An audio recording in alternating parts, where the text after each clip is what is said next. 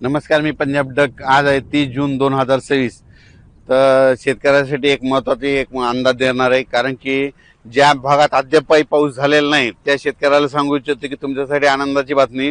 आज 30 जून पासून ते 8 जुलैपर्यंत तुमच्यामध्ये राज्यात सर्वत्र सगळीकडे जोराचा पाऊस पडणार आहे, म्हणून हा अंदाज लक्षात घ्यायचा। म्हणजे आज बऱ्याच भागामध्ये सांगायचं झालं तर विदर्भामध्ये 6-11 जिल्हे, वर्धा, नागपूर, भंडारा, गोंदिया, चंद्रपूर, यवतमाळ, अकोला, वाशिम, हिंगोली, अमरावती, बुलढाणा या आज मात्र बऱ्याच भागामध्ये जिथं पाऊस पडलेला नाही ते भागात देखील पडणार।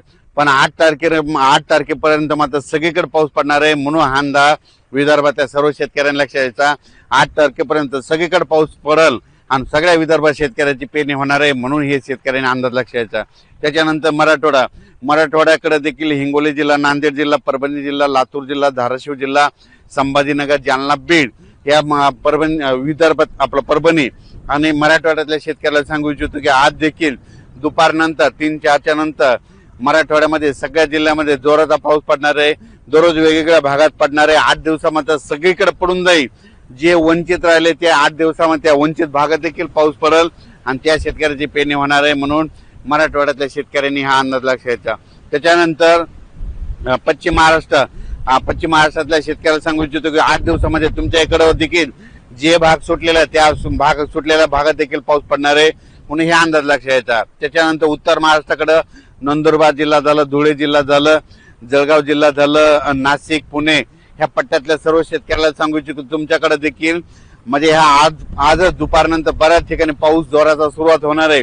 पण 8 दिवस मध्ये 8 जुलैपर्यंत मात्र खूप जोरात पाऊस पडणार आहे, म्हणून हा अंदाज लक्षात घ्यायचा।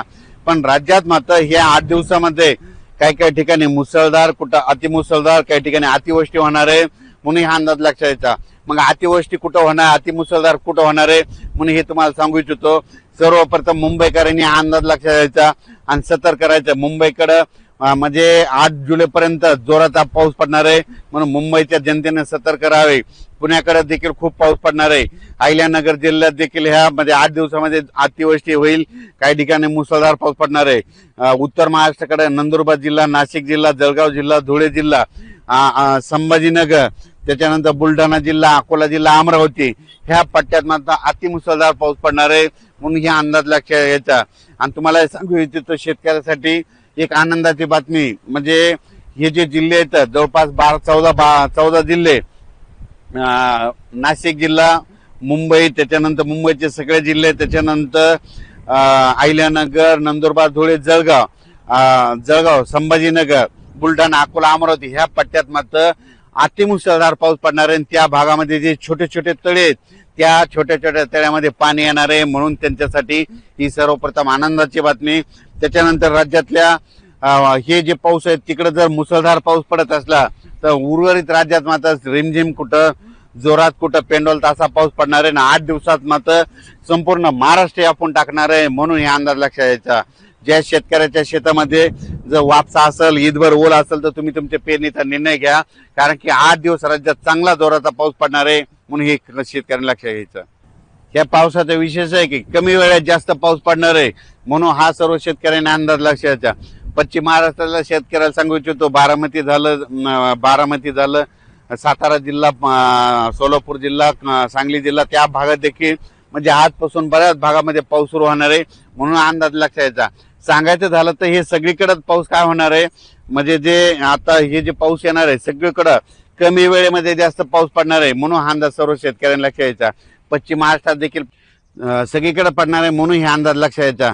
राज्यात मात्र आज 30 तारखेपासून आजच बघा म्हणजे खूप ठिकाणी पावसाला सुरुवात होईल आणि जे भाग निरंक राहिला तिथं देखील पाऊस पडणार आहे, म्हणून त्या शेतकऱ्यांनी घाबरून जाऊ नका, कारण की 8 दिवस तुमच्याकडे सगळीकडेच पाऊस पडणार आहे, सर्व शेतकऱ्याची पेरणी होणार आहे। मी म्हणलो होतो ना 10 जुलै ते 15 जुलैमध्ये जे वंचित राहिलेले सर्व शेतकऱ्याच्या पेरण्या होतील, कारण की 8 तारखेपर्यंत सगळीकडे पाऊस पडणार आहे, तोपर्यंत वापसा होतच नाही, मग सगळ्या शेतकऱ्याच्या पेरण्या 10 ते 15 मध्ये होऊन जातील, म्हणून हे सर्व शेतकऱ्यांनी लक्षात घ्यायचं।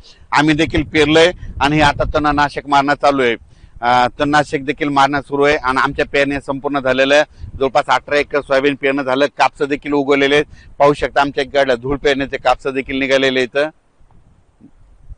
जे 30 जून ते 8 जुलैपर्यंत जे पाऊस पडणार आहे त्यामध्ये शेतकऱ्याचं नुकसान देखील होणार आहे, कारण की पाऊस खूप पडणार आहे, कमी वेळेत जास्त पडणार आहे. म्हणून काय होईल, वड्या काठचे जे शेत आहे ते घासाघाशी होणार आहे, बांध फुटणार आहेत, कारण की पाऊस जरा जोरात आहे. म्हणून हे अंदाज शेतकऱ्यांना लक्षात घ्यायचं. आपल्या पाळीव प्राण्याची काळजी घ्या, पशुधनाची काळजी घ्या. झाडाखाली पाऊस चालू असताना आपली जनावरे बांधू नका, कारण की या पावसामध्ये विजेचं प्रमाण जास्त आहे, वारं देखील आहे. म्हणून हा अंदाज